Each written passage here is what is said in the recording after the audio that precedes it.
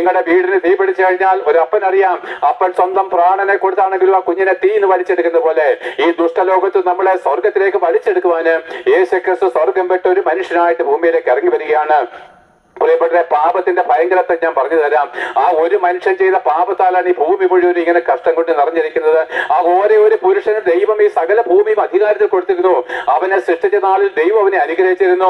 ആകാശത്തിലെ പർവ്വജാതികളുടെ മേലും സമുദ്രത്തിലെ ജീവജന്തുക്കളുടെ മേലും നിലത്തെഴിയുന്ന എല്ലാ ഉലകജാതികളുടെ മേലും വാഴുവാൻ അധികാരം കൊടുത്തിരുന്നു.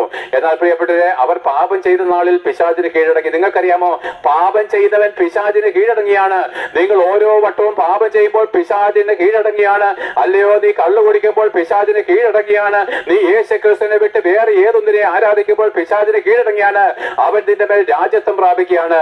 അതുകൊണ്ടാണ് പ്രിയപ്പെട്ടവരെ, ക്രിസ്തുവിനെ വിട്ട് മറ്റ് രൂപങ്ങളെ ആരാധിക്കുന്ന എല്ലാവരുടെയും വീട് നശിച്ചു പോകുന്നതിന്റെ കാര്യം എന്താണെന്നറിയാമോ?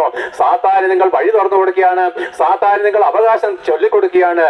അതേ പ്രിയപ്പെട്ടവരെ, അന്യദേവന്മാരെ സേവിക്കുന്നവരുടെ വേദന വർദ്ധിക്കുമെന്ന് ഇതാ 16-ാം സങ്കീർത്തനം 4-ാം വാക്യത്തിൽ നിങ്ങൾ എടുത്തു വായിച്ചു.